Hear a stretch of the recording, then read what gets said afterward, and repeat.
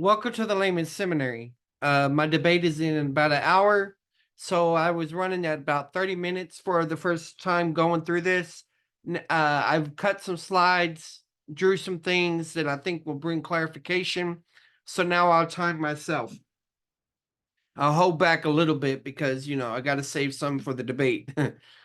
So Andrew Griffin, I thank you for allowing me to debate you at this time. You reached out to me after I was on Gospel Truth's channel, and you said that you would debate me on John 1 about the Logos, uh, if I would debate you about free grace.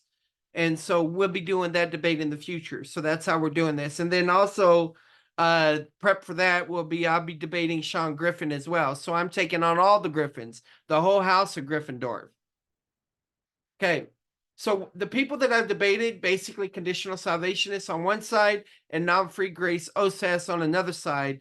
And the ones in red are related to eschatology, so that it doesn't apply to soteriology in that sense. With this debate, this 19th debate, if you want to count it this way, is over John 1. And you are a conditionalist. You believe you can lose your salvation.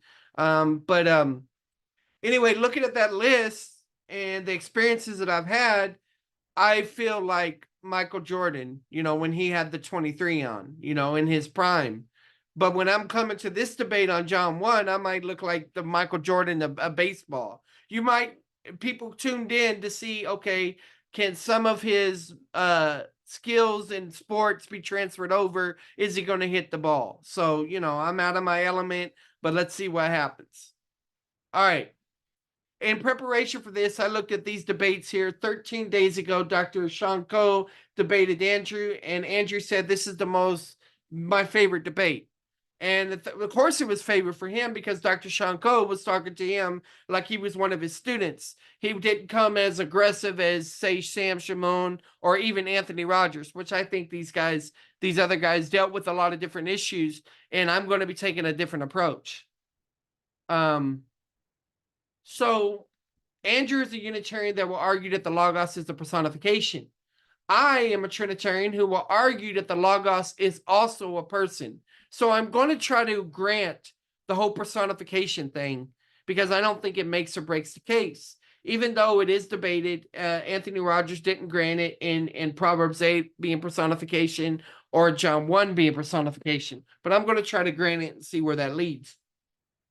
So this debate is not really over whether personification is used or not used. It's whether the personification explanation means the Logos is not a person. Andrew, the Unitarian, does not believe the Logos is a person. He does not believe the Logos is God. He might not even believe the Logos is man. So let me frame this debate with Scripture. If we look at Scripture in Genesis 22, Job 1, and John 1, we see that the narrator tells us it frames the discussion for us before the story unfolds. So in Genesis 22, God's testing Abraham, but Abraham didn't know that at the time, but we get told that. In Job, Satan is mentioned, but Job didn't know that. In John 1, we're told from the jump that Jesus is God. And then all the characters and everything, they don't know this. It's unfolding. So we can't allow to get a hoodwinked by the Muslims, get you on the red letter argument. Show me where it says Jesus is God. Because the prologue is inspired and the prologue says that Jesus is God. And so all the statements need to be interpreted in light of the prologue. So here's the prologue, how it begins and how it ends. It's an inclusio, a bookend. And the words in red refer to the Word, the words in green refer to the Father, and the word in purple refers to the relational idea. So in the beginning was the Word was with God, and the Word was God. 118 says no one's seen God at any time. So let's say the green is God the Father. The only begotten God, there's a text variant there, who's in the bosom of the Father, he has explained him. So the reason that the only begotten God or the only begotten Son, whichever translation you want to prefer, variant you prefer, the reason he's called the Word is because he's the exegesis of God. That's what the word exogeomai, that's where we get our word exegesis from. And so both theos or Son in that passage is person. So we see that in John 1:1, God the Father is person for theos, right? Well, wait a minute, because whether it's only begotten God or only begotten Son, the point is the Son is also a person, and he's called the Logos, the Word, and as well as the exegesis of God.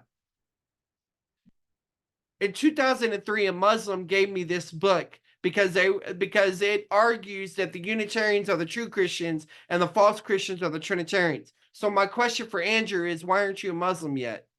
Because whenever you study church history, which I've done in particular extensively in 2005, around that time from different angles, you find out that of the places that didn't hold to the Trinity eventually fell to Arianism and other forms, and then that led to Islam and all of that. So why aren't you Muslim yet?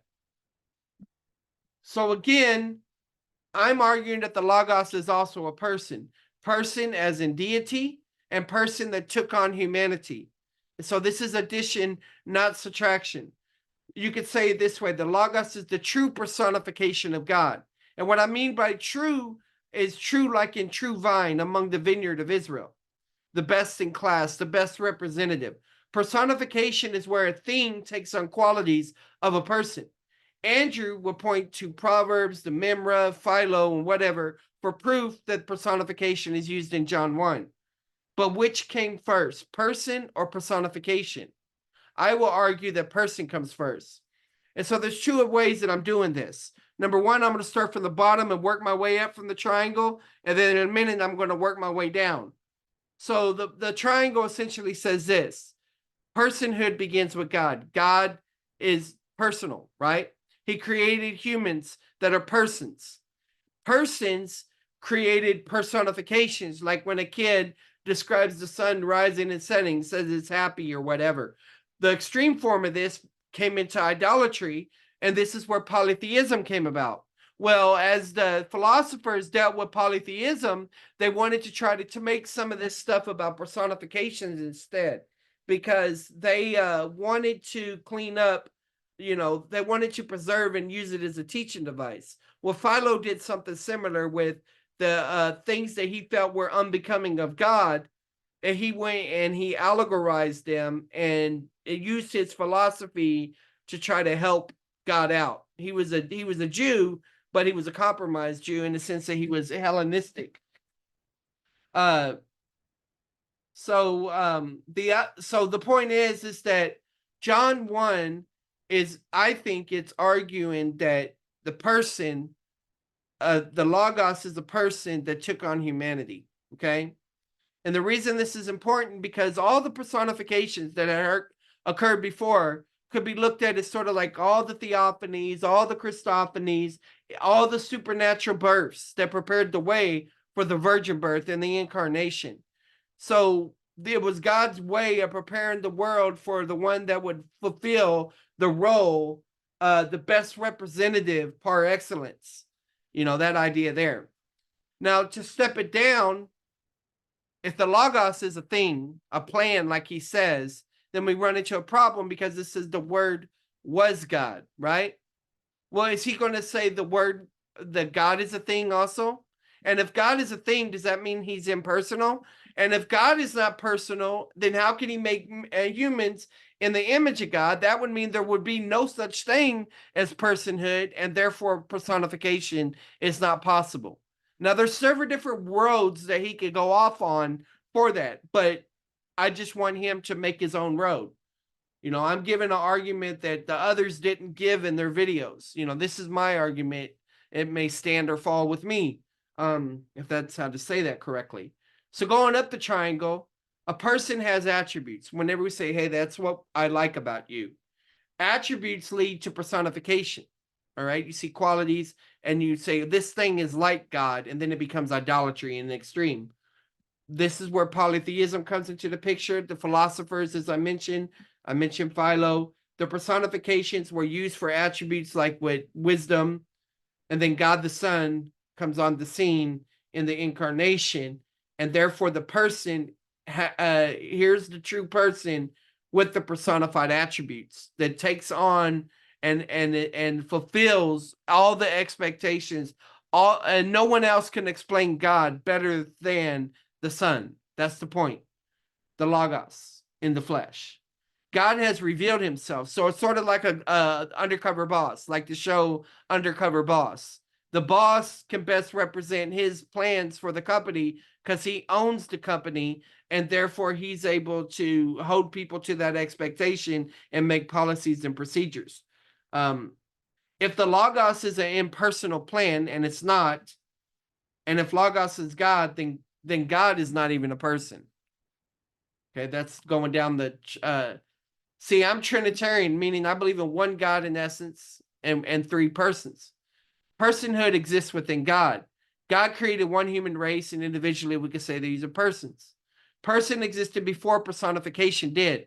Personification was when humans described things as persons or having personal characteristics. Personifications in the Proverbs, Philo, etc., are all preparatory. Remember, I'm granting this for the sake of argument. For when the one, it was all preparatory for when the one who could represent true personhood would come. But true person added humanity to his person.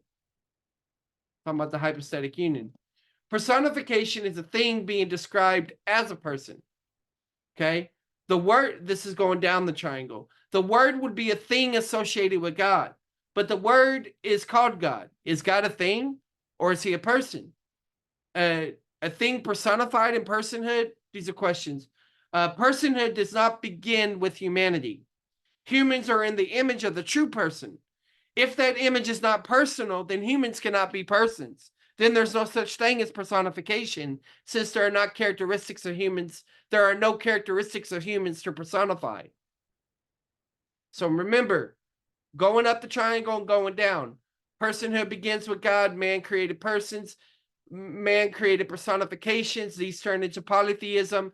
The philosophers tried to redeem that, and then John comes on the scene. He's not borrowing for personifications only. He is basically saying that Christ, as the true person, fulfills the role of the personifications. All right? So the Logos is not just a thing, it's a person. Theos is not just a thing, God is a personal being. So he's not impersonal. Otherwise, there would be no such thing as personhood, and there could be no such thing as personification. Either way, I think the argument fails. In 2008, Jesus is God is was written, or at least this version is, and this is the book that Andrew quoted when talking to Dr. Sean Cole. Here's a 2015 exegetical guide going through there. So I started hunting down his comments, and I got all this if we need it, and then the discussion about all of this. And he says, when theos is used, we're to assume the New Testament writers have the Father in mind, unless the context makes that sense of theos impossible. And here's the footnote about it. Murray Harris is Trinitarian, so that needs to be taken in context when he makes his statement down here, if we need to go into that. More from Murray Harris. Murray Harris also wrote Prepositions in Theology and Greek New Testament, so I have a couple resources from him. Here he says, of these 83 uses of theos, the only place where the word could not refer to the Father are 1:1 in the second occurrence with Logos in 1:18. So the prologue, that's what we're talking about. There's the other book that he uses, and then that's from that, where it says there could be little doubt that ton theon designates the Father. So here's a summary of the arguments for Jesus as God, for why theos doesn't have the article. And then he says, having distinguished the Logos from the Father, John wished to point to what they had in common, namely their Godhood. So we talked about personhood. Here he's using the term Godhood. Like the Father and equally with him, the Logos may be included in the category of deity as an inherent partaker in the divine essence. If then a single reason is given for the anarthros of theos, is that the noun is qualitative, indicating the nature of Logos rather than identifying his person. But in incidental manner, this anarthros theos, so it's just talking about how do you know it's the subject. But this is his paraphrase. At the very beginning of creation and time, the Word, as the perfect expression of God the Father, had already always existed. And this Word was in active communion with God, and the Word inherently shared the nature as God. So he's taking it to refer to God, meaning it's shared in the same nature. That's the qualitative force or the idea there. Okay, so Andrew, who I'm debating, does not believe that the Logos is a person. He believes it's a personification, and actually, what he believes is that it's a plan, and this plan was implemented when the Son was created, and he's just a prophet, far as I know. I would have to probe him further to find out what all he believes about Jesus. Um, so yeah. So remember, one question I'm going to ask him is, why aren't you Muslim? Another question we can ask is, if you believe that there's many gods, then doesn't that make you a polytheist instead of a Unitarian? And I understand that Elohim and Theos contextually determine, but what are your qualifications for that? What is your criteria for determining when it refers to God and when it doesn't refer to God? And how do you know that you're parsing things correctly in John 1:1? Uh, so this is where it's talking about right here about the Theos. It says, let's see. However, we must be aware that God is being used in a distinctive sense, not as a proper noun that refers to the Father or the triune God, as in the normal English uses, but as a generic title that signifies one who inherently shares the nature or essence of God.